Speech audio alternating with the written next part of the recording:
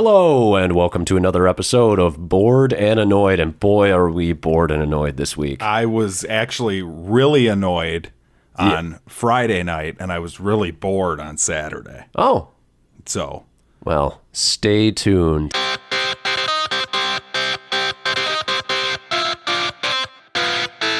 Bored and Annoyed. As always, though, we'll do news first. So last week we discussed Crazy Rich Asians, and at the box office this week, it had a 5% drop from last weekend. Which is like nothing. It's insanity. Yeah, that's crazy. I'm a little shocked by that. But, you know, I mean, everyone must have listened to our podcast and decided it was worth seeing. So we can take credit for that. So you're welcome for seeing a great movie. No, I mean, I think the big thing is that it's an underserved demographic that finally has something to look forward to. Yeah, and I would guess that type of movie, not everyone's like rushing out to see it right away. Right. Like some older folks might wait a week. I know that it increased as far as how many screens it was on yes. as well. Yeah, it was a slight increase. And you're right about it being older folks. They actually sort of broke it down by age, and actually more older Asian people actually went this time around. So, yeah, I mean, it kind of reminds you of like what you saw with like Black Panther. You know, right. I mean, you're not going to get those kind of drops with Black Panther when it opened to like 170 mil. No, but somebody is like ripping through comic books somewhere. Like, where's our Asian cast superhero now? Good luck finding that character. Our all Asian superhero cast. That's what we need. Yep. The one that I know from Marvel, well, they got two. They got Amadeus Cho, who's just like a genius child, and there's Shang-Chi. Okay. Master of the martial arts. Now, the key is, though, Alex, are they surrounded by nothing but Asians? No. Okay, there you go. Somebody's got to write that comic. Yeah. Well, I mean, there was Big Hero 6, which actually was in the comics, was like Japan's like Avengers. Okay. But then they changed it for that. They made like a kid's movie. They made a kid's movie, yeah. So you blew that one, Disney. Oh, they really must feel sick after this weekend. That's crazy, though. Good for them. Yeah. I like seeing quality movies do well. Yeah. And then I get sad when I see something like Alpha kind of bombing. Right. Well, this weekend we had some hope for bad movies doing poorly. That's true. That's good. Melissa McCarthy's newest movie, Spoilers. Don't spoil the podcast, Alex. We got to get there. I'm just saying what the box office. It was her lowest performing movie in her career. Oh, that's good. Opened to 10 million, and the movie cost 40 million. All right. So, that's a big old bomb. Yeah, that's pretty bad. Yeah. You know what's funny is I was looking at the box office thing today, and I was thinking to myself, like, Slender Man. Right. That, like, made money. Like, doubled its budget. More than doubled its budget. Like, they have that horror game down. Well, yeah. I mean, because that's the thing. They market them towards 15, 16-year-olds. You know, I know a lot of them are rated R, but I mean, most of them aren't, though. You know, is that the case? I would bet my left nut right now that Slender Man is not rated R. Oh shit! On the podcast, I'm willing to make that bet. He's pulling out the phone. Yep, I'm backing it up. If I'm wrong, I'm not gonna actually pay up on this one because this would be pretty ridiculous. But yeah, the fiance might not like that so much. PG-13. Wow. Yeah, so you're making a movie about a character that has led to like teenage or preteen girls literally murdering each other or stabbing one of their friends. Yeah. PG-13. You clearly don't think you have a good movie, because if you have a good horror movie and you make it rated R, you can make a lot more money. But if you're just throwing out a pile of shit and you know you need everyone and their mother, you know, to fit into the box that you're trying to sell it to or whatever, then you make it PG-13. That's right. Well, I mean, it's a good strategy for making your it's Hollywood is risk averse. That's risk averse strategies. Ooh. Although once in a while there's a good PG-13 one. Yeah. But I feel like you can tell. You know what I mean? Like, right. Like The Conjuring is good. Yeah. You know, like, Yeah. but you can tell just from looking at the trailer that it's like a quality made movie that they actually cared about. Right. Whereas like Slender Man or Wish Upon or Ouija or all these just look terrible. You're just saying gibberish words to me. I don't even know half of these movies. Some of them are fun. Okay. I watched one this weekend, but we'll save that for later. Sweet.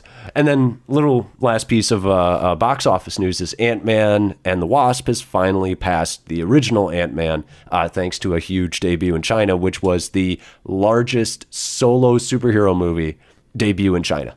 Now, can we consider that a solo superhero movie, or is it a duo? team? Asterisks for everyone. Yeah, I don't know. No, I think it would be, and that's great. I don't understand that. Right. I mean, I really don't. I don't understand the Chinese market at the end of the day. Like, I understand that they like big blockbusters. That's why they make the Transformers so big and Fast and Furious. But, you know, like they completely pass on certain movies like Deadpool they passed on. They didn't even have it released. Well, they didn't really like The Last Jedi at all, did they? No, well, see, that's the thing is like they don't have the same sort of social connection that we have because the films weren't released there. Right. Makes sense. Yeah, so they don't have the generational appeal. And then you look at it's crazy. Disney has lost China as far as like the Star Wars movies go. They just keep making less and less money there by significant amounts. Yeah, whereas they've been getting these Marvel movies probably since the start, I would assume. Yes. So Marvel is their well, I mean, actually Fast and Furious and Transformers are their Star Wars, really. I know they love that Transformers 4. Yeah, they do. They did. Jesus. Because there's nothing that like speaks more to the Chinese people than watching their city get obliterated by, you know, poo-poo joke-telling robots. Right. Well, there was Chinese milk in it. And there was I think that was the first time we saw like real sword action. Right. You know what I mean? And he was riding a dragon. Well, I think it was a T-Rex. Oh, I'm sorry. Doesn't he? Does he ride a dragon? I haven't finished 5 yet. I feel like no. There's a dragon at the beginning. Yes. With Merlin. Yep. But no, I don't know. I don't remember. Okay. Top Gun cast. Yeah, Top Gun casting. So they cast John Hamm, which Ed I Harris. feel like I can just see John Hamm like as you know some Cockney, you know, dickhead fighter pilot guy. Yep. And then Ed Harris. Yeah. I mean, I don't know what he'll play. Yeah. And Lewis Pullman, which I don't know the name. Everybody, you can go look up Lewis Pullman. Sorry, Lewis. Yeah. But now, is he related to Bill Pullman from Independence Day? Maybe. Be a good question. Maybe he's Bill Pullman's son. And Val's in it. Yep. We already knew that. I wonder if Val is going to lose the weight. He's not looking too hot these days. He hasn't looked good for like the last 8 years. Right. Yeah. So, yeah, that'll be interesting. I wonder if, I mean, you already know who Ed Harris is playing. I mean, I can imagine. Yeah. Right. But maybe they'll throw like a curveball. Maybe. You know? Maybe. I'd imagine he's going to play a very similar character to like his Apollo 13 or The Rock. Okay. Yeah. Yeah, something like that. Do you think they're going to embrace like the silliness and the campiness of the original, or are they going to go full serious? No, I hope they do. Full serious? I hope they embrace the old school. Right. Because I feel like that'd be a riot to watch. Right. You know, and I feel like they have to. I feel like they have to, but I question Tom Cruise because he really likes to do serious movies. Which is too bad. Yeah. You know, I mean, he's done some goofy, like, although I suppose even the Time one wasn't, the Groundhog Day one wasn't that, like no. campy. He didn't play it campy. No, he didn't. It was kind of like a goofy, campy premise, but they played it straight. Yeah, they certainly did. There were some good laughs in it. What was it? Edge of Tomorrow. Edge of Tomorrow, Live, Die, Repeat. Yeah, I believe was one of the. They couldn't decide. They didn't know what the title was. Gee, I wonder why that movie failed. It's so frustrating because that movie was, I think, his best movie outside of like the Mission Impossible, like best modern movie outside of the Mission Impossible. It was really good. I did hear they're making a sequel. Yeah, even I heard though that it too. Didn't do well. Yeah. So. I wonder if it's one of those ones that did well on like ancillary markets once True, it came and they out. know that people would be excited to see it. Yeah, Right. Could be. I just rest in peace, Bill Paxton. I believe he played a role in the first one. I'm kind of upset that he isn't around to be in the sequel. Yeah, that does suck. That really does. I wonder if they're gonna. Well, they probably won't address that. Right. I don't think he was like a huge character. No, but yeah, Top Gun. Yeah, There you go. I mean, Val Kilmer. You know, you got Iceman and Maverick. Yep. I mean, maybe we'll see the ghost of Goose. Get excited. Oh, man. Get excited. No, now, if this does well, then I want a new Days of Thunder. Yep. And, yeah, maybe a sequel to Cocktail. He finally built that bar. Yep. What are you gonna do though? His Australian friend is dead. Yeah, that's fine. You can just find a new We'll Australian. just get Chris Hemsworth can come in and be the Australian. I was thinking what's his name? Something Hogan, the guy who plays Crocodile Dundee. You know, he could be like his brother or something. You know? Yes. And he has a son played by Chris Hemsworth. There we go. Who's like the rival bartender who opens like the hot new high-tech bar across the street. He's the one that makes Tom Cruise realize that he's aging. Yes, perfect. Perfect. Yeah. Although, will Tom Cruise play a character that's not like the stud of the movie who all the girls pine for? Well, if Val Kilmer is any evidence, yes. I suppose. There you go. Speaking of weight loss, you just told me when we walked in here, Mila Kunis said something about not wanting to play a superhero because she likes to eat or something? Yeah, she doesn't want to be hungry for 10 years was what she said. Now, how tone deaf does that sound to any woman who like is a little more overweight than her or average or even below average or She's never been overweight ever. No. In her career. I don't know what she's concerned about. I mean, in fact, I bet she would be in better shape, like healthier, if she was in a superhero movie because she'd have to like do some physical stuff. She's kind of one of those girls that's, you know, a little lanky and she doesn't seem to have much mass on her at all. Yeah, she'd have to do like the Gal Gadot thing. Where, Or Gal Gadot. Excuse me. We just slipped right into it. Gal Gadot thing where it's like she was like working out for Wonder Woman and she like shows her bicep off and it's like, well, wait a minute. You still look like a twig. Yeah. That's more of like normal is like what I would expect. What did you look like before you started lifting weights? Did you see Gal Gadot before she was Wonder Woman? I saw her in one of the Fast and Furious movies. Okay. Yeah. Well, I saw some of her modeling pictures. She really was just a stick, that's what they want in that, you know, in that field. But yeah, I just don't understand Mila Kunis. She's a little too heavy set for my taste now, Alex.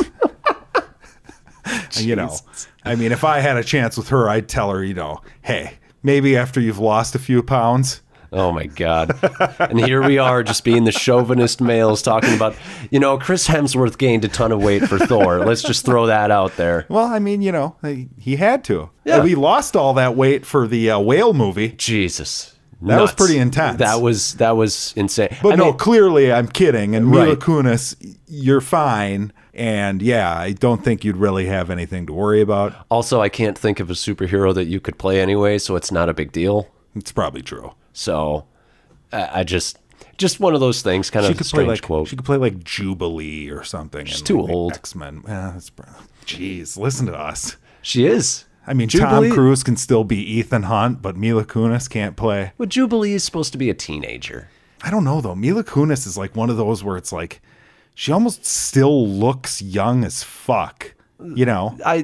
I suppose I could not buy her as a teenager. Yeah, you're probably right. But that's also just because you've been watching her since she was a teenager. Yeah. Isn't that nuts that she lied about her age to get on that 70s show? I did not know that. Yeah, I think she needed to be 18. I believe she was 16 at the time. Holy shit. Yeah. Interesting. Yeah. I don't think there's much else to talk about. I know you mentioned Oscar Isaac is possibly Warner Brothers contacted him about a Batman project, but we don't know anything beyond that. Yeah, it's just a rumor right now, but that is exciting. Oscar Isaac is a great actor. I like Oscar Isaac. Question. Batman, Oscar Isaac, if he played Batman.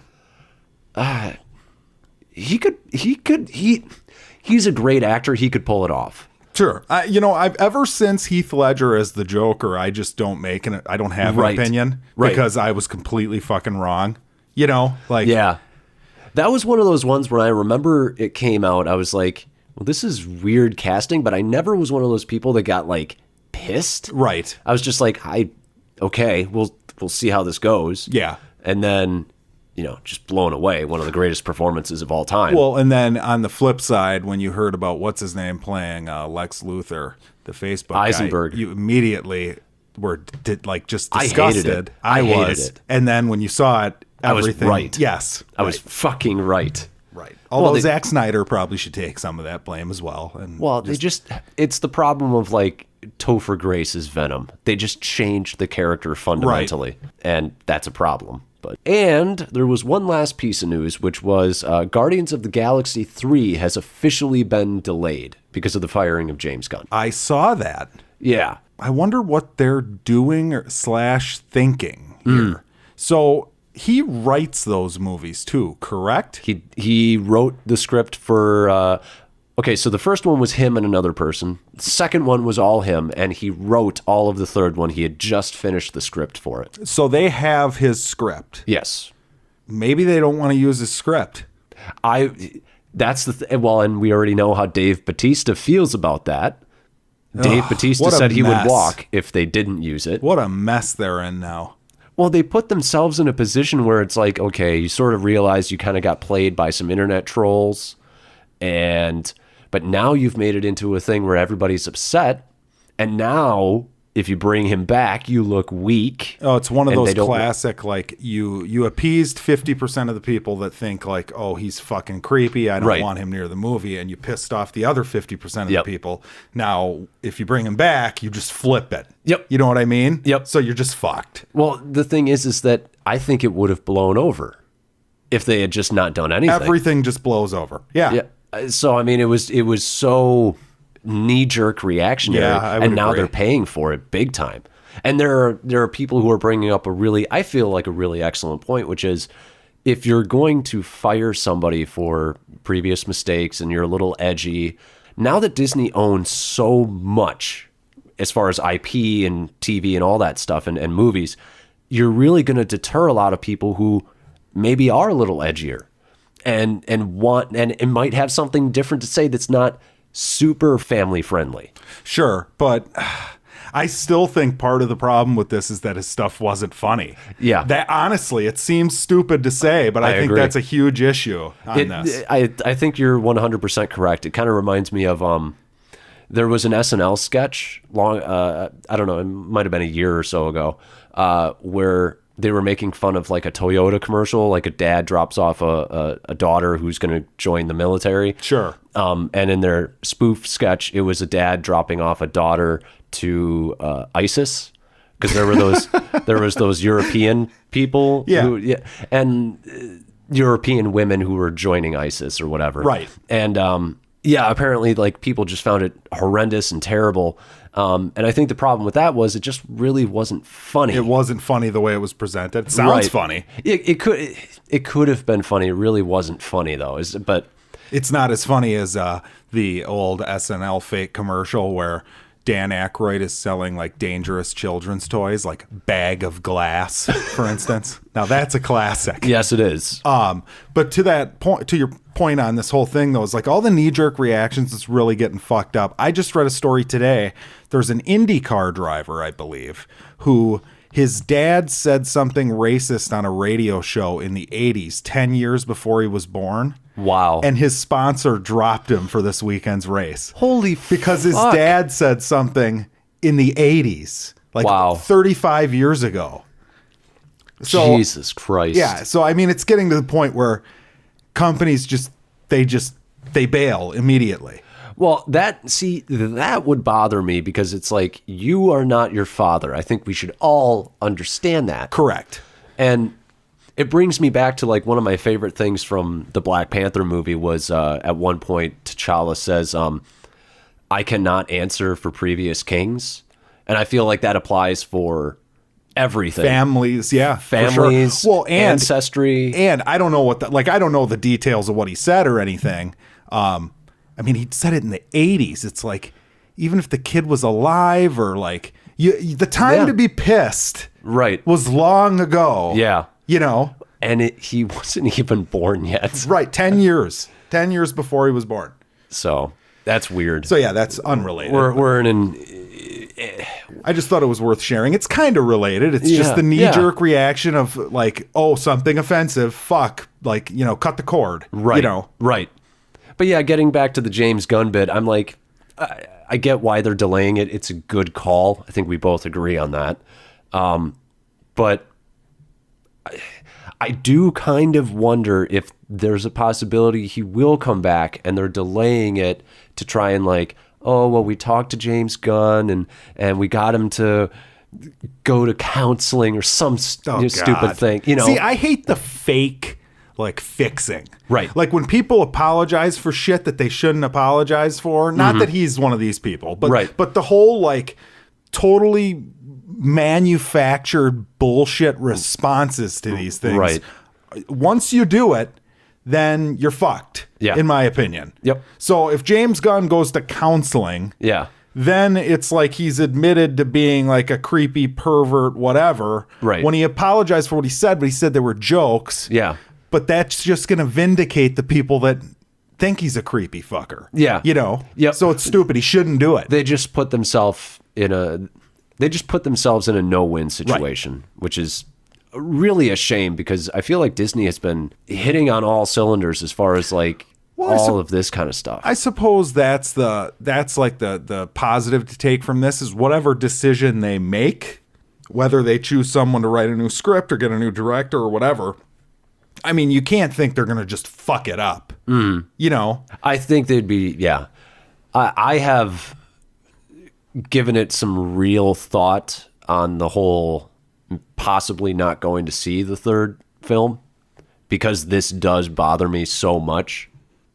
I don't know. I might not go see it. I'll be there opening day. I mean, I understand like people are pissed, but at the same time, it's like, dude, you got fucking pictures on the internet of you dressed up as a priest at a like to catch a predator party. It's fucking weird. It's not like I don't like the fact that Disney fired him necessarily, but I'm not like outraged that he got fired. I mean, people have done less fucking weird shit and gotten shit canned for it. So I don't know. I just want a good movie. I don't like the thing that there are so many, and we're back on this topic again, but there are so many things that bother me about it, but it is the whole, like, he hasn't done it in a long time. They were jokes. You know, it was a politically motivated hit on him. Oh, that's irrelevant, though. I don't think it's irrelevant because it's he did what he did regardless. Right, but it was a coordinated attack. And that sort of bothers me. And it bothers me that Disney would have been so stupid as to not sort of see what was going. I mean, it would have taken a 10-minute search on Twitter to see what had happened. Yeah, that's where it's bullshit. But once it's out there, their damage control guys weigh the pros and cons, and they decided, you know, whatever. Right. I'm not going to boycott. I mean, if you're going to boycott that, you shouldn't go see any of their movies. No, that's the thing is like I'm not going to punish other movies and other directors and other writers for a mistake on this film. I'm going to localize it to just this film. Yeah, but there's other people that work on Guardians too that weren't. I know, but a lot of the actors want him back too. So I mean, it's like at some point you have to take a stand for what you believe in. Everybody take notes on this. I expect Alex to not see Guardians 3. Okay. Even if it's 100% on Rotten Tomatoes. I'll just read the spoilers online. Like, I mean, I don't know, man. This is Hollywood, man. They're fucking. But this is setting a precedent, you know? Like, this is setting a weird precedent about, like, you can't do something in the past. It was public knowledge. It could have been easily found. It was a politically motivated hit. I mean, and then the insinuations that he is some sort of pedophile when he just made jokes. I mean, like, well, that's just internet trolls, though. Yeah, but that's what I'm saying is like we've the goalpost has been moved. Yeah, this doesn't see when I heard about this was nothing new to me. I mean, PC police ruining careers over things people have said has been going on for years. Right.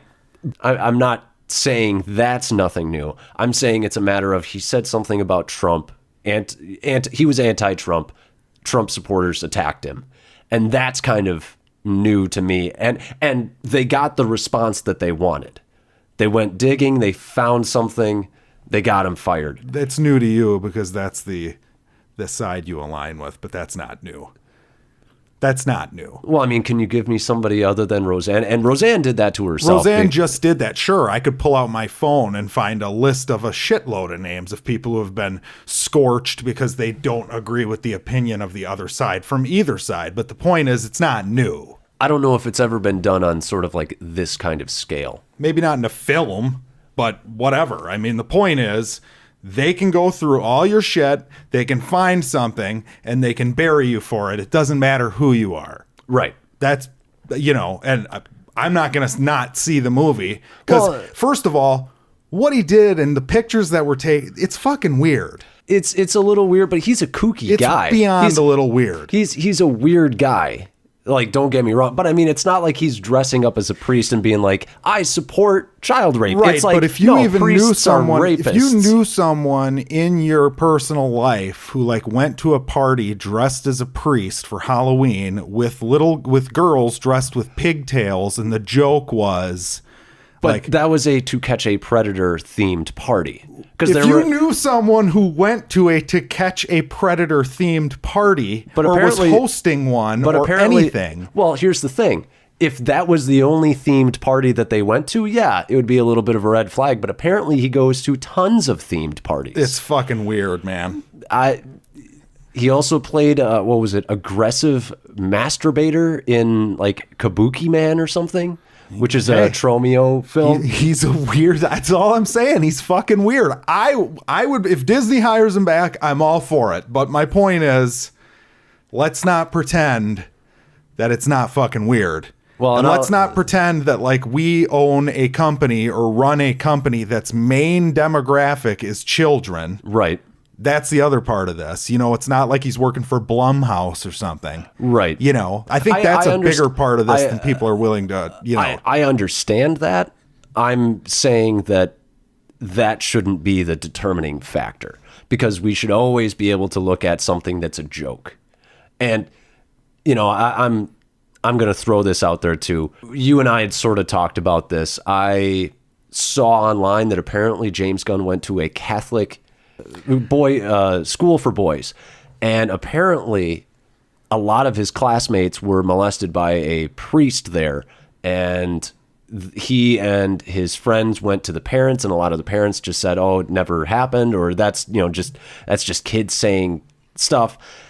And I'm not gonna say it excuses going out and making jokes like this, but I also don't know what that does to your psychology when that happens to you so young. And it's like, maybe this is how he's dealt with it. That's conjecture on your part, though. You can't know. So, but I'm just saying. I'm just saying that you can't factor into this decision. I mean, Disney went, wow, he made some weird pedophile fucking humor, like kid fucking jokes on Twitter. It's fucking weird. Like literally, I think one of them was about like fucking a boy after a movie. I don't remember. Well, it was, and you guys are going to have to bear with me because this is pretty bad, but he says, The Expendables was so manly. Yeah, The Expendables was so manly that I fucked the shit out of the fuck boy next to me. And I don't think I think it was pretty obvious what the intent was there. It's so masculine that I made, because I don't think fuckboy means a boy.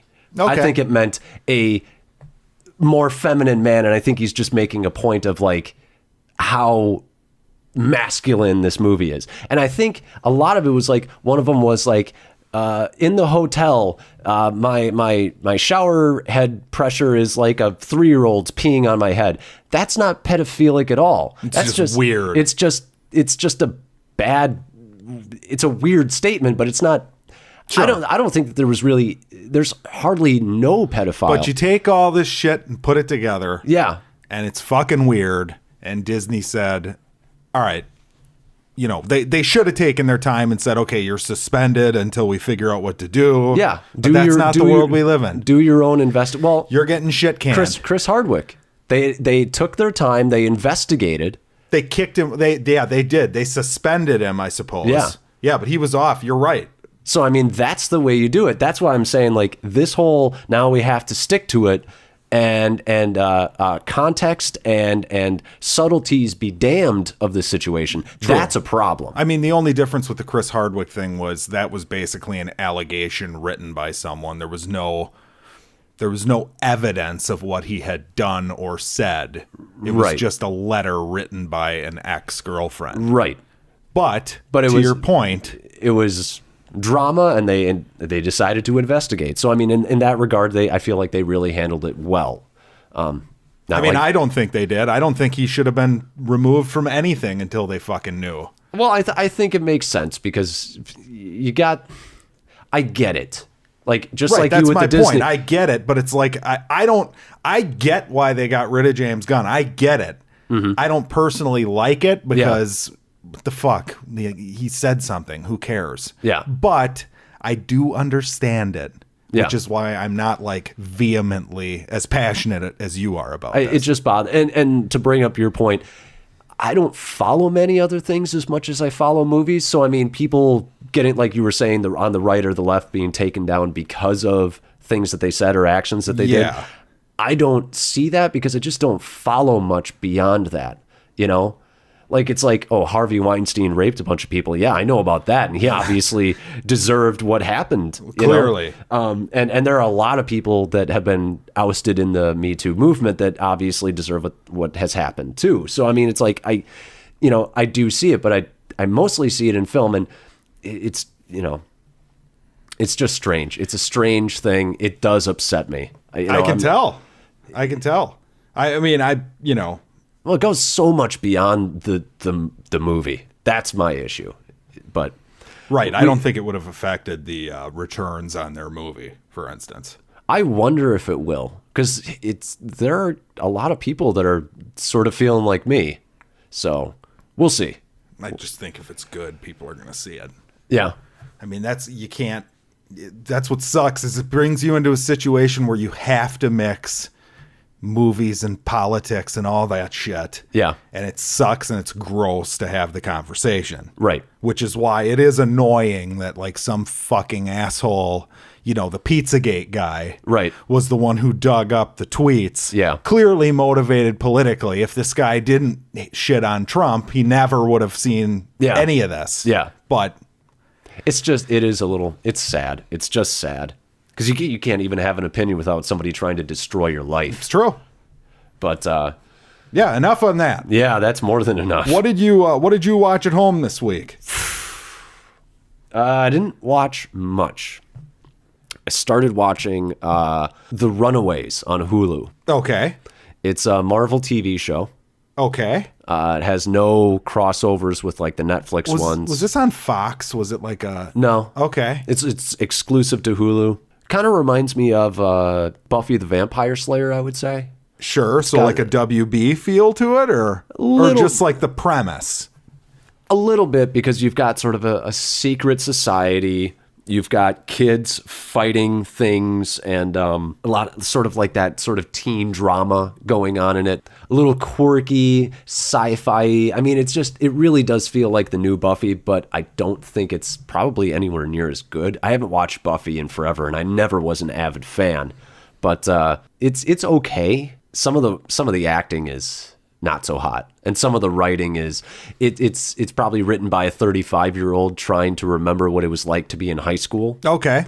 But apparently the comic it's based on is fucking fantastic. Okay. Came out I think in the early 2000s, and it was just, it's beloved. Does it have like what superhero you could compare it to, like the X-Men or something? I don't quite know. Okay, I'll just give you the premise. So it's about this group of kids. And they used to hang out all the time, but 2 years ago, one of their sisters died, and that was something that just sort of drove them all apart. And they were friends because their parents would hang out, and they'd just bring their kids, and that was it. Well, they find out that their parents seemed to be part of some sort of like secret cult. And they stuffed like a woman in like this box, and she like disappeared or whatever. Okay. It almost looked like a human sacrifice. And so there are these strange things going on with like one of the kids starts getting superpowers. One of the kids starts discovering things hidden in her house. Like there's I don't want to say what there is, but there's a genetically modified animal in one of their houses. And there's just a lot of sort of like pulling different sort of sci-fi tropes into sort of each kid has like their own power, kind of thing. And it's not necessarily a power. It could be the animal, or it could be technology or whatever. But that's the idea, is they're trying to figure out what their parents are up to, and maybe what happened to that girl 2 years ago. Okay. Worth watching? Or you haven't decided yet? I haven't decided yet. I'm on episode 5, and 10 episode seasons. I think it's a 10 or 12. Yeah. Okay. It's okay. The CGI on the monster that they have, the genetically modified one, is actually pretty good. But some of the writing, the writing and the acting are really hit and miss. So maybe check it out. I don't know. Right. I don't know. If you like superheroes, it might be worth checking out. Yeah. Although there's so much superhero shit now. It's like you don't need to watch it You don't need to settle for something. It's true. And I'm speaking right to you. You don't need to settle for mediocre. Hey. You can drop Arrow whenever you want. I would watch Arrow 1,000 times over before suffering through another season of Iron Fist or fucking Luke Cage. Okay, that statement was also for me. I'm a bit of a masochist, though. I just sit there and I like make myself watch and it those just shows. like I couldn't do Jessica Jones. This new one, I couldn't even do it. They're so painful. Right, it's terrible. It's lovely. But yeah, anything else, or that was basically it. Yeah, I haven't. I'm trying to think of what I've watched more Parks and Rec, but we don't need to get into that. It's fucking hilarious. I really like it. You still on season 3 now? I'm over halfway through 3. Okay. And yeah, the more Ron Swanson that they keep dumping in as it goes, it just gets better. Yep. Yeah, it's really funny.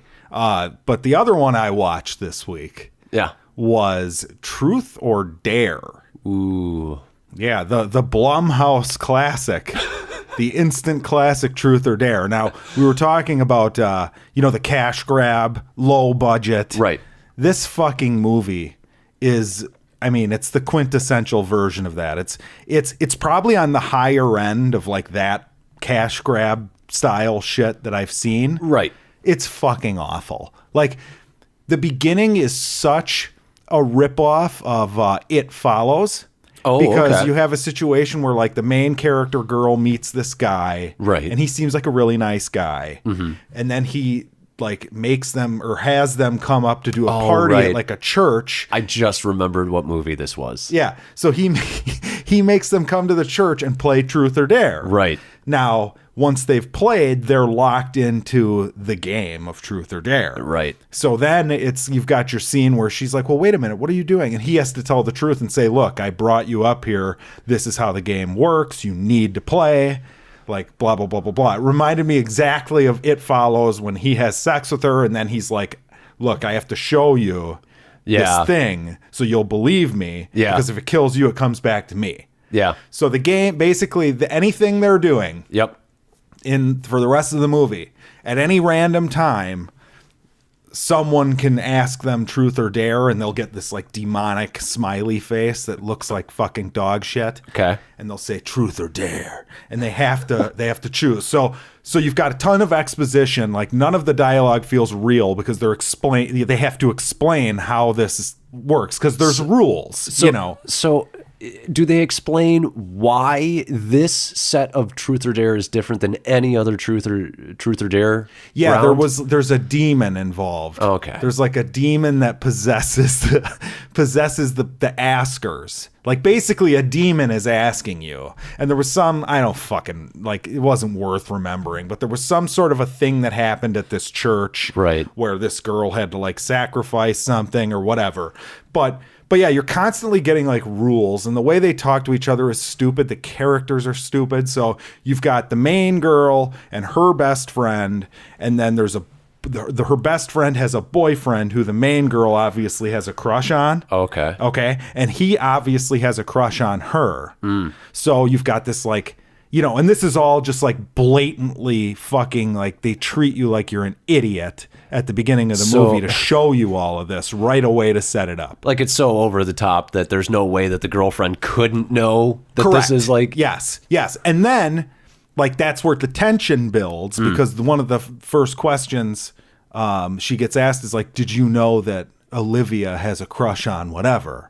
You know, so, like, that's, those two are at it, the two girls. Right. And then the boy clearly likes the girl because at one point he needs to tell her the truth about how he feels about her. The friend, or the main girl who's not dating him. Right. So he does, and there's this conversation where it's like, oh, he loves her or whatever. But then later in the movie, the dare is that the main girl has to sleep with him. Okay. So Olivia, the main girl, has to sleep with him, even though he's not her boyfriend. He's the other girl's boyfriend. Right. And then his truth during that scene is that he has to say, who do you love, Olivia or the girlfriend? And he says the girlfriend. So it's like they set it up like these two are really the ones that are in love with each other. Right. But then, and they even have a scene where the guy has to, like, tell the girl he's in love with her. Right. But then later in the movie, like 45 minutes later or whatever, like, no, he's not in love with her. So it made no fucking sense. I'm becoming annoyed just hearing about this movie. It's terrible. And then there's so truth or dare. Their plan originally is, okay, everyone just says truth, right? Because you just have to say something and you've answered the question or whatever. But no. Because when the game was created in the church, they had a rule where you could only do 2 truths in a row, and the third person had to do dare. Okay. So that's the way they work that exposition in to explain why anyone would do dare. Okay. It's just one of the dares, Alex, is to smash one of their hands with a hammer. That was one of them. Yep, from the trailer. I remember that. That one wasn't bad. Okay. The worst dare is there's an alcoholic character, and the dare asks her to drink an entire bottle of vodka while she walks around the perimeter of the roof of her house. Okay. I mean, you think like, oh, she's going to fall, whatever. She does fall after she finishes the dare. They catch her, and you're like, oh, she lived. One scene later, she gets shot and dies in an unrelated dare to the one that she beat. Oh, man. It was fucking terrible. So what's stopping them from being like, I dare you to pick up that napkin? No, they don't play. So they're just like going about their lives, and all of a sudden, like, one of them will get a random text message, or someone on the street will turn around with that grin and ask them the question. And nobody can see that except for the person being asked the question. Okay. So like right now, like you could do it to me and you wouldn't even know that you did it. Okay. So you're going to stump me if you keep asking questions. How did this guy who brought them into the game get out of the game? He was still playing the game. What he did was basically, if it's just you left in the game, then it's always your turn. You're fucked, right? So he was dared, and also he was dared to bring them and do it. Otherwise, he would get killed. So the demon said, I dare you to go get a group of people to play. Okay. And he went and got the group of people. Brings them up, whatever. And then he gave him a fake name, whatever. He goes off and he locks himself in an apartment where there's nothing that can hurt him that's in there. That's his plan. So if there's no knives, there's no nothing. That's not going to work out. Eventually, everybody on the planet is just going to be taken over by this game or dead. Yeah, so let me just get to the ending. Hold on. Well, no, not everybody's going to be taken over by the game, because the only people that are playing, you have to be brought into the game at the church. Okay. So if you're not at the church, or the person asking you is not at the church, then you're safe. You're fine. So does this thing put a time limit on how long it can take you to do these dares? After they ask you mean? Yeah. Because I'd just be like, well, I'm working on it. And at like 40 years down the road, I'd be like, I'm almost there. There's not a specific time limit, but I mean, there's like a ticking clock. There's also, there's this gay character, right, who basically his truth he has to tell us to come out to his dad. Okay. And then later, the dad's a cop. Okay. So the cop comes by later and he's like, "You're still my son," because it's supposed to be like this hard ass Asian cop dad. Okay. And "You're still my son, Peter," or whatever. Peter's a stock name. I don't know if his name was Peter, but yeah, they have the conversation, and basically the dare thing comes and says, "I dare you to take his gun," and make him beg for his life. I dare you to take his gun and make him beg for his life. So the Asian takes the dad's gun. Okay. Peter takes the gun and he aims it at the dad and like, "Beg for my life." And he's like, "Dad, you just need to do this. I'll explain later, but you need to beg for your life." And he's like, "The dad will do everything else but beg for his life." Like, "Son, it's okay. I understand. Like, is this because, whatever." He's like turning it into, they tried to use like the conversation earlier where he came out to his dad as like, right, the reason why the son is like pulling, like the dad thinks it's related somehow to. Does the son try to explain what happened? Like very quickly he has to do this. So he's trying to say like, "Look, I can't explain right now. I just need you to beg for your life." He's basically saying like, "Look, I'm not going to shoot you, but beg for your life, or else I have to do this." Well, whatever. Right. But then another cop, his partner or whatever, shows up and shoots the son. So that's supposed to be like your emotional. I love the contrived, like, and then another cop shows up. Yeah, it's so stupid. It's so unbelievably and then you have the scene where the dad's like, "No, get a medic!" He's trying to save his kid and shit, who was just like threatening to kill him. But yeah, it's terrible. And then there's another bit to it where there's this like police chief detective guy who's like trying to figure out why all these people are dying. Mm-hmm. And that's just pitifully done. It's just every time he's asking questions, it's just exposition bullshit. The ending. So the plan is, once you find the guy who reopened the game. So years ago, this game was being played. This woman cut out her tongue and put it in this box, and that's how the game ended. Now, the guy who invited them is the new guy who needs to cut out his tongue, and that's the sacrifice to end the game. So they bring him to the church, but then he gets killed by like the demon or something. Okay. So now there's no way to end the game. So the resolution is they all kill themselves. It's kind of clever. It's a little clever, but also extremely stupid. Okay. She makes a YouTube video from inside the church, like explaining the situation, and then says, "I have one question for you, truth or dare." So the idea is the game is now released to anyone who watched it. Oh, so it became like The Ring. Sure.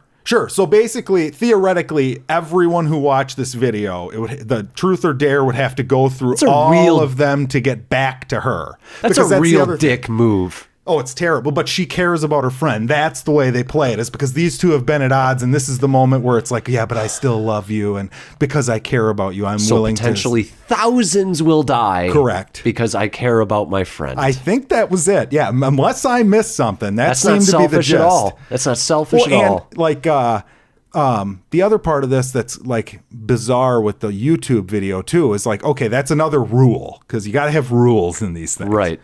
So whatever order you were asked, it goes around in that order. So if you were asked first, and then John was asked, and then I was asked, it's always going to go you, John, me, you, John, me, you, John, me. Right. If John dies, it's you, me, you, me. You know what I'm saying? Right. So I don't know how that works with the YouTube video. I was going to say, what if like two people watch it at the exact same moment? Like they're sitting together watching it, which is what happens. Or they're across like the world, Right. One in China, one in Japan. But yeah, it gets a solid like D+ from me. It sounds like garbage. It's terrible.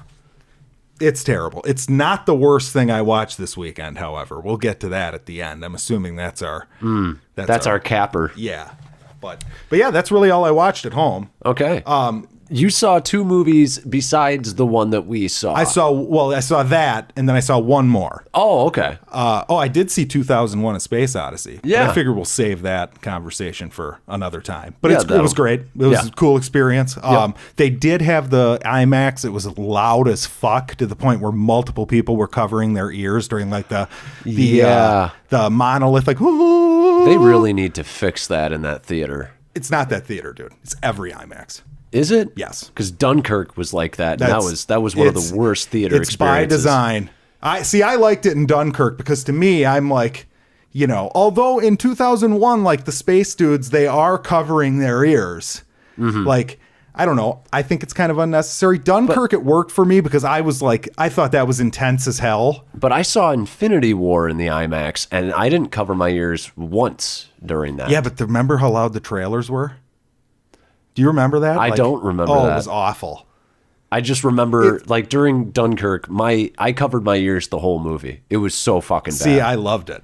I loved it in Dunkirk. This one was, and obviously it's a quiet movie. It's not a loud movie. Right. But there are a few parts where there's a high pitched, like, beep noise or whatever, where it's loud as hell. But being in a theater that was dead silent during, like, the space scenes where there is no sound in the movie, just fucking awesome. Yeah. Like when he has to get back onto the spaceship and the door of the pod blows open. Mm-hmm. The fact that they did that with no sound, it's just, you're watching him like, you can just imagine what it would sound like. But since it's in space, there's no sound. Yep. But it was good. Other than that, I saw Papillon. Papillon. Which is a remake of a movie I never saw named Papillon that had Dustin Hoffman and Steve McQueen. Okay. It's based on a true story about this guy who basically gets framed for murder, and he gets sent to this French penal colony. Okay. And it's an escape movie, and it is it's okay. It's really boring. Okay. Really boring. It's a good nap movie. It's like a Godzilla nap movie. The characters aren't fleshed out. That's a bad movie. There's no such thing as a good but it makes me kind of want to nap. There's no such thing as a good nap movie. If you make me want to go to sleep. It's not. I see what you're saying. No, I wouldn't recommend this. Okay. Don't get me wrong.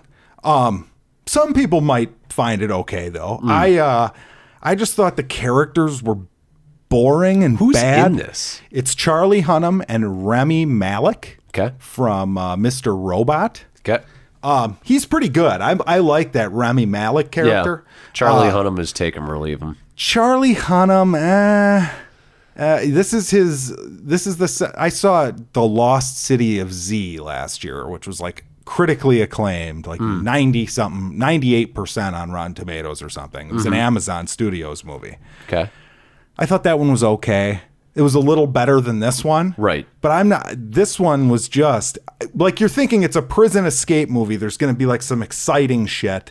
There's going to be, like, a scene where they, like, outline the plan, but they don't quite give the audience, like a heist movie. Right. They're going to pull out the spoon, start getting in that wall. No, not really. There's an interesting bit where Charlie Hunnam, so the rule is basically that if you get caught escaping the first time, you get 2 years in solitary. If you get caught again, you get 5 years in solitary.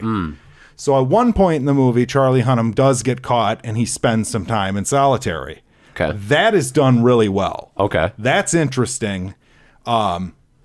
It's pretty good, but it's like, you can tell they were going for like this bond between these characters because the idea is the setup is basically Charlie Hunnam's a badass and this other dude's like a really rich dude. Right. So the rich dude is like for fear for his life because everybody's trying to kill him because he has money and shit in the prison. Mm-hmm. Now, Charlie Hunnam basically says, look, if you finance my escape, I will protect you. Right. So that's how their friendship is born, and they're very different characters. You know what I mean? They're very different. One's straight-laced and one's a messy man. Right, kind of, yes. They cross their arms and put their backs together. You're thinking like, okay, this is the idea. We're going to look like these characters are going to grow and we're going to really get invested in their friendship and whatever. No. I didn't feel invested. I mean, the movie was okay, I guess. It wasn't bad. It was just meh. There's other things to see. Yeah. There's other things to see. Like Happytime murders. Oh God. Well, I will say this though. I am going to go watch the original. Okay. And I have a feeling that this is one of those where they played it too close. Okay. You know what I'm saying? Like they didn't update it enough. Right. And if you had the right cast, like Dustin Hoffman and Steve McQueen sounds great to me. Right. You know what I mean? So maybe they tried to do it like it's 2 hours and 20 minutes. It feels like fucking 8 hours. I don't know if I could take Charlie Hunnam for that long. I don't know if I could take him in like a real serious role, if I'm honest. He's tried a couple of them. I mean, that Lost City of Z is worth seeing. Okay. It's fine. I'll check it out. But you read fucking the reviews and it's like, oh, it's amazing. You know who was in that though? Robert Pattinson, who played Edward Cullen. Yep. He was great in that. I feel like Charlie Hunnam is forever going to not be quite as good as his co-stars. Yeah, that sounds like his destiny. My favorite movie of his the last couple of years, King Arthur. I'm not even kidding either. I gotta check that out. I don't. I'm not gonna fucking. It's Guy Ritchie. I saw that one. That one surprised me because everybody was saying it was terrible. I saw it and I'm like, well, this feels like a Guy Ritchie medieval movie. Right. You know what I mean? Just like, what did you expect? It just doesn't sound like something I'd want to see. I would recommend checking it out. There's a few good special effects. What's his name? The new Dumbledore, young Dumbledore is in it. Oh, Jude Law. Yeah. He's always good. He's the sheriff of not the sheriff because that's Robin Hood. Yeah, the sheriff. he is the sheriff. I don't remember what his character was named actually. That reminds me. Did you see The Last Stand with Arnold Schwarzenegger? The Last Stand was that with the Jackass guy? Yes. Okay. No, I did not see that. It's funny as fuck. Not like most of the time, not intentionally. Okay. So. That's worth a viewing. Okay, I'll check it out. But yeah, no, Happytime. Yeah, Happytime. Did you have a happy time watching this? I could not have been less entertained by a movie. I don't think. Like the Papillon, which I just like kind of shit on. Yeah. Fucking that's Citizen Kane of the weekend. Right. You know what I mean? Right. Yeah, I didn't, I was like a statue throughout this entire film. I didn't move. I didn't laugh. I didn't feel anything.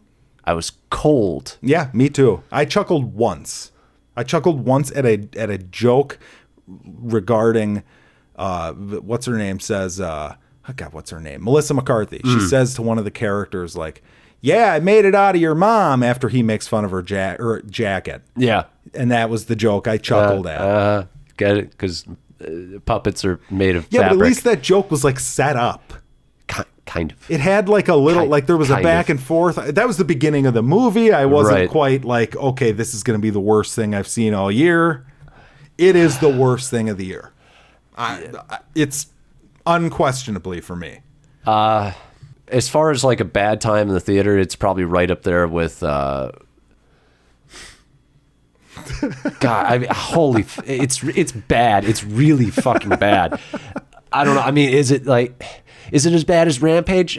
Probably. It's probably worse because Rampage at least succeeds at a couple of things it tries to do. It has moments of entertainment value. Yeah. This isn't even like all you people who are fans of like The Room and Mystery Science Theater. Do not see this movie. Right. You will not get joy. It's not that it's so bad it's funny. It's just irritatingly bad. It's terrible. None of the jokes have setups. Besides that one jacket one. That was... Actually, I'll take that back. You know what it was? The setup is the trailer. Because the trailer is like, hey, guess what?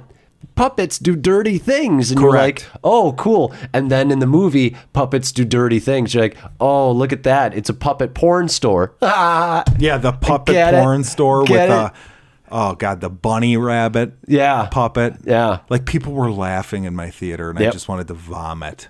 Yep. It was terrible. It's an ugly movie. There's nothing that's stylishly shot. No. It's you know what it feels like? It feels like it had a very loose script. Also, it feels like a script from like 10, 15 years ago. Sure. I can't remember. There was one joke. Nothing in this movie is worth remembering. No. And I think my brain knew that as I was leaving. It's like, just push all of this out. You want to save it for the podcast so you can try and be funny, but fuck you. I'm not wasting my brain space on this. It's hard to be funny about a movie that wasn't funny. Like, it wasn't even funny in the, like, I'm laughing at the movie for being so terrible. It was just completely devoid of any sort of like emotional entertainment value whatsoever. It is a worthless pile of shit. Right. I would say, going back to, okay, so it's got a script that's 15 years old, but they probably threw it away for most scenes, and they're just like, just say something funny. Just riff. Yeah, just riff. And a lot of the riffing is like, you remind me of like the TP on my vagina, annoying and soft or something like that. It's just like, throw in vagina, throw in dick, throw in poop, and then just, some sort of semi-creative way of saying that you're that thing. Yeah, like they wrote it on the spot. Yeah. Because I don't know how much they could riff, because I'm not sure how the puppet, like, actors, like, I don't think it's a situation like Ghostbusters. Actually, it is, because did you walk out during the credits? Because the credits actually showed them it was like one of those like behind the scenes credit I walked things. out as soon as I could. Now, were they behind the scenes legitimate, or were they behind the scenes like you could see fake like behind the scenes? No, it was real behind the scenes, because you could see the guys who were the puppeteers, and they all had like the green screen suits on. Green Man, if you're a Always Sunny. Yeah. So that's where, like, that solidified it for me, was because you could just see that there were lines that they threw out that God, it was so bad. Yeah. One of the worst things is they try to establish, like, oh, look, these people get along or whatever. And so, like, it's two people and they're laughing at a joke together. But the thing is one, the joke isn't funny, and two, you don't get to do that. Like Melissa McCarthy and him, like at the end, it's in the trailer. They're like, "Oh, what does the FBI stand for? Fucking big idiot." And they're like, and then they go like, "Sphincter says what?" Oh, God. And Joel McHale keeps on going, what? And they're like, and like Melissa McCarthy keeps on looking over at the puppet going, and then the puppets, it's like, it doesn't work. No, you don't just get to laugh, and I laugh. Real original joke, too. Yeah, exactly. I mean, oh, God, what's his name? Fucking, why is he in this pile of Joel shit? McHale? Yeah. What are you doing, dude? He's collecting a paycheck. Yeah, collecting. Well, I mean, God, his character, he was so tired and just not in it. Yeah. Like, oh my God, well, he phoned it in so bad. They didn't even bother trying to write his character in a funny way. No, and it didn't even make any sense how they used him, because why is he the one firing or suspending Melissa McCarthy? It should be the chief. Right. Like, you don't even know your own fucking genre that you're trying to like emulate here. Yep. That's it. McCarthy, you're suspended. Yeah.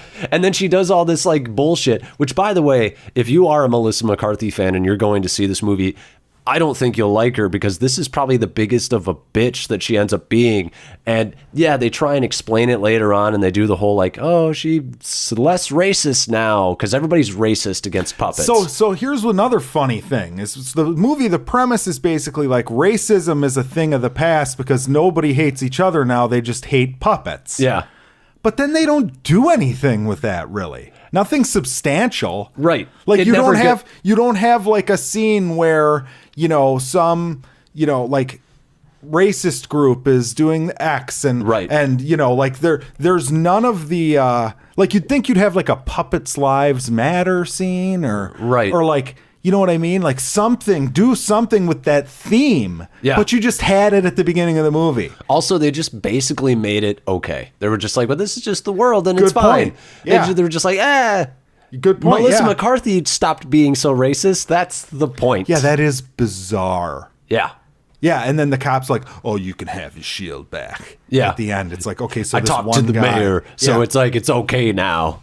Wait, yeah, you'd think what? like you could have had a scene where there were like some black people or something. Like, I'm glad those puppets showed up because life's gotten a lot easier for like Right. something clever. Yep. You know, Yep. like Al Sharpton, bring him in for a cameo and have him like, you know, hey, I can speak for you, or even have a puppet Al Sharpton, like a Right. fake. You know what I'm saying? Like anything. You just put anything in this movie. You know what would be better than this movie? Your shit. Your shit goes down to you flush it down the toilet and it joins all the other shit, and all your shit are like sentient shits. And they're like, we're all misunderstood under here in the upside down or whatever the fuck they're gonna call it. That would be better than this movie. This movie made Sausage Party look good. Yeah. You know what I mean? Yeah, like at in that least, movie's just fucking stupid too. Yeah, I at least laughed a couple times Yes, with that. correct. Because Seth Rogen understands the structure of a joke. Well, and because that movie actually kind of had some balls to do some like, you know, other than like, oh, just sex humor. They had like the pita bread character. They had different like, you know, they were riffing on different, you know, stereotypes and all that kind of shit. It still ended up being just like shock value for shock value. But yeah, you're right. Right, but this one didn't even like really do. I mean, but if you went in thinking like, oh, puppet sex is shocking, by the time you got 8 minutes into this, you'd be like, there's movie nothing has more to see here. Exactly. Yeah. Exactly. That's the problem with the whole damn movie, is that every joke is, but a puppet shouldn't do that. Right. It's like the puppet jerk, like the happy ending scene at the porn shop, where like the thing's getting its udders like jerked off or whatever the fuck was happening. Yep, that made there. people laugh in my theater. Oh my God. Yeah. It was so dumb. Oh, it was so bad. It was terrible. Yeah. Just an awful, awful time. And I thought it looked like shit. I was dreading this one, and it was way worse than I thought it was going to be. It doesn't parody the noir setting in a sufficient way. That's what's interesting too. You know what they're like. Fucking Roger Rabbit did this. Yeah, it did the same like film noir, like old school style detective mystery story. Yeah, with like cartoons who are just part of the world and it's accepted. Right. Like we know, okay, that you've introduced us to this world where like cartoons are real people. Right. You know. This movie, it's kind of the same idea. It's virtually the same thing. And I can't remember if in Roger Rabbit, if they actually explain how the toons stay animated and how that sort of functions in this world. But they never explain it here as far as like how these puppets are operate, because they open up and they're just stuffing on the inside. Yes. But then the really funny thing is like, well, it's not funny. It's just shit. But they're like, oh, Melissa McCarthy has a puppet spleen or whatever the fuck it is. God, that was terrible. And they're like, part liver. Puppet. Yeah, liver. And then you have the scene where she has to snort the sugar to prove that she's part puppet. Oh, my God. Oh, by Roger Rabbit. So if I remember correctly, hopefully a listener can maybe correct me here. There was Toontown. Yeah. And somehow the door there, you know, you could go to the Toon world too. Right. Like there was a pathway. So it's like a universal right. Yeah. And then the villain was trying to eradicate the Toons by the dip. Yep. Dipping them in the black ink. God, that movie just is, it's so good. It's so much better. Oh. Like it's yeah, you shouldn't compare them. It's not fair, but you can't help it. It's not. This, they don't explain it at all. No. And this is what happens when you have a movie that sucks so bad, is you just start being like, well, how are they moving? What's going on here? What enabled the puppet? Was there like a witch and spell? Like, no, you're just supposed to accept it. Yeah. I think. But and that would be okay if there were like interesting things happening. I'd totally forgive it if the movie was okay. Well, and then, okay, you said not explaining something. So this, by the way, I just mark this whole fucking thing as spoilers. Yeah. Don't go see this because we're doing you a favor. Spoilers, ... We're doing you a favor. But yeah, so the main character, detective puppet guy. Yeah. He used to date the star of a TV series played by Elizabeth Banks. She's not a puppet. Yeah. So, oh my God, how crazy. Ooh. Yeah. Yeah. So she's like a stripper now or something. And he goes to like talk to her and like walks her to her car or whatever. Mm-hmm. She blows up in a giant explosion of her car. Yeah. You see her charred remains in the car. Yeah. Fast forward to the end of the movie. Oh, she's alive. Yeah. How do you think that happened? There's no possible way it happened. I mean, because you could have explained it. You could have. Yeah. You could have. Yeah, just like one of my most favorite bits was so one of the puppets in the movie gets killed by some dogs coming up, and that's the joke is the dogs don't like the puppets because they rip them apart, and so they're playing with them, you know. Yeah. So that guy dies that way. Later on, Puppet Detective is being taken in by some thugs, and they're like, "Oh, we're gonna kill you." But of course, we're going to kill you in the most ridiculous, extravagant way. We're going to throw you in a jet engine. Yep. Instead of just pulling you apart like the fucking little dogs could do.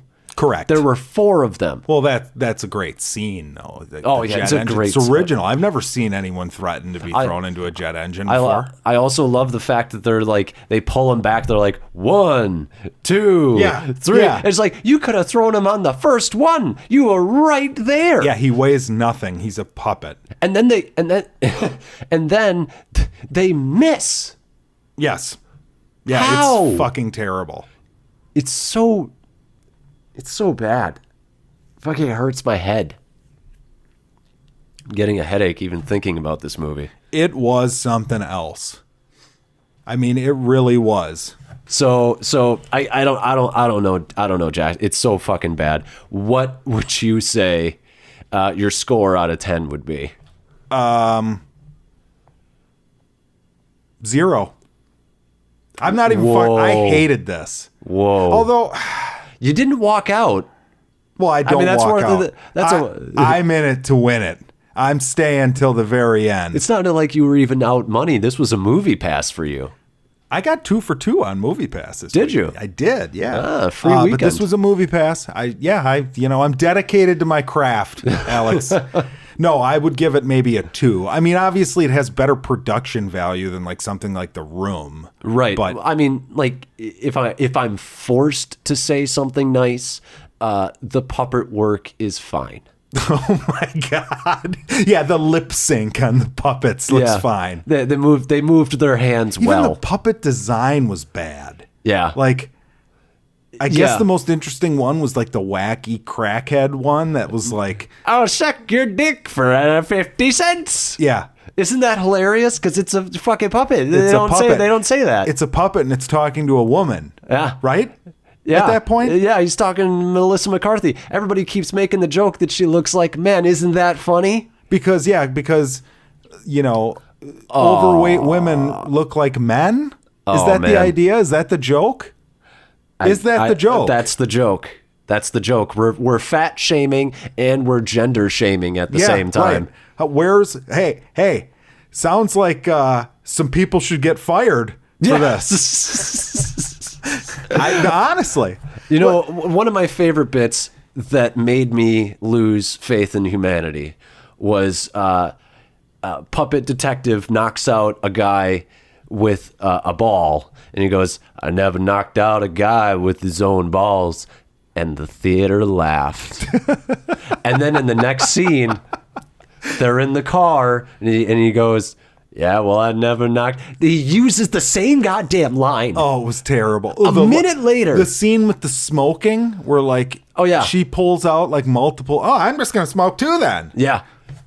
I don't even get the joke. Why didn't she just roll down her window to get the smoke out? Yeah. So basically, the setup is that he's smoking in the car with the windows up, and she's like, either can you not smoke in here, or can you roll down the window or whatever? And her solution is to light up 2 cigarettes at the same time. I know. I'll increase the thing that's bothering me. Correct. Great idea. Makes perfect sense. Yeah. Well, we don't get along. That's just to show you how little we get along as characters. Yeah. Right.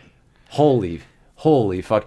Oh, what about that bit where she shoots her fucking radio because she can't turn it off because they have a tender moment, quote unquote tender. You don't feel anything in this movie. Oh, she shoots her radio in her car, right? Yeah. Because like what happened in that scene? They opened up to each other and then a song started playing on her phone and it was synced to her car. Oh, okay. Yep. And then she could have just pulled out her phone and hit stop. Look at that. Oh, yeah, that was me. Yeah, that was me. Sorry. Fuck you. Fuck this goddamn movie. Are you aware of who directed this? Yeah, it was Henson. Jim Henson's son. What? I mean, is this... This is embarrassing, is it not? It is. Well, it totally reeks of like, I wrote this when I was 15. Dad said we couldn't make this movie because the Muppets were part of Disney. But now that Dad's gone, I can do what I want. Yeah. Now that Dad's been gone for 28 years, I guess I can go defecate on his grave. Yeah. With Jesus. this god-awful garbage. Because Jim Henson puppets, you know, the stuff I remember of Jim Henson was like, you know, like not... This didn't need to be like family fare. Right. But the characters like had some life to them. Like, you know, the Jim Henson characters. Right. Right? Absolutely. So, like, you could have made like an interesting, dirty puppet. I mean, I'm not saying that this concept is awful, really. I feel like you need more than the concept. Correct. This was just concept. This was, we have an idea, dirty puppets. Yeah. That's it. This is a 2-minute Mad TV sketch from 1992. A terrible one. Stretched out into a feature-length film. Oh, it's fucking bad. That shits in your eyes and pisses down your... Thank God it wasn't long. It was one of those where How like... long was it? I don't know. It felt like it was 2 hours. See, for me, I felt like it was really short, but I was like okay with that. You know what I mean? Well, of course. Like towards the end, I'm like, oh, this is wrapping up now. Good. Yes. Thank you. Yep. I'm done with this. Yep. Yeah, it was awful. It's the worst movie of the year for me. It's an F. We won't do a 1 through 10. I'll just give it an F. It's an F minus. It's probably a 2 out of 10. It's probably right in the same ballpark as The Meg for me. Oh, Jesus. Come on. The Meg is clearly better than this. Come on. Come on. The Meg pissed me off. Okay. Here's the thing. I think the problem is that I walked into The Meg thinking there was a sliver of hope it could be a good movie. I walked into this just knowing there was just no fucking way. Yeah. And I think because of that, The Meg pissed me off more. More people would enjoy The Meg. You concede that. Oh, yeah, absolutely. Right? Absolutely. Yes. And I think maybe it's probably, as far as very technical things like camera angles and I don't know, mise en scène. Make movie. Yeah. Things that make movie. Yeah. It's better. Yeah. Script-wise, it pisses me off probably about as much. Okay, well, this one, Well, here's the thing. You got one unfunny movie, and you got one that's so stock that it's just any action movie ever. I would recommend The Meg. I know you already did. I know. We're not going to revisit this one, Jackson. Just a reminder, The Meg is still in theaters. Yeah, go see it after you see Alpha or Mission Impossible or even Papillon. Papillon. Crazy see that Rich first. Asians. Yes. You got so many options. You'll never reach The Meg. Don't reach The Meg. That's true. If you're not like us and you don't see movies all the time, you really shouldn't see The Meg. Yeah, don't don't do it to yourself. But certainly, if you have a friend who owns the Happytime Murders when it comes out on Blu-ray, right, just burn it. Yeah. Take it from them, tell them that you're doing them a favor, and fucking light it on fire. I'm not saying that you should maybe question that friendship, but I'm just saying. I'm going to leave it at that. Yeah, it was really that bad. Yeah. Yeah, I mean, that's all I've really got for this one. This one sucked. It's so fucking bad. And yeah, the people, there was a person snoring in my theater, but it didn't make me mad. I was kind of happy about it, to be honest with you. There was a snorer. Normally, I'd be like, oh, that fucker, wake up. You're snoring. You're disrupting the movie. This one, I was like, you snore, sir. Yeah. You go ahead. You represent what everyone should be doing. You're representing... You're bringing an extra flavor to the film. Yes. Because I can go, God, I wish I was that guy. I felt like a worse person because I wasn't snoring. I don't know how I stayed. It was bad. I just wanted to see. There was that curiosity part of me. I'm like, Jackson said it's not so bad, it's good. Is it going to reach that point? I love The Room. Am I going to no.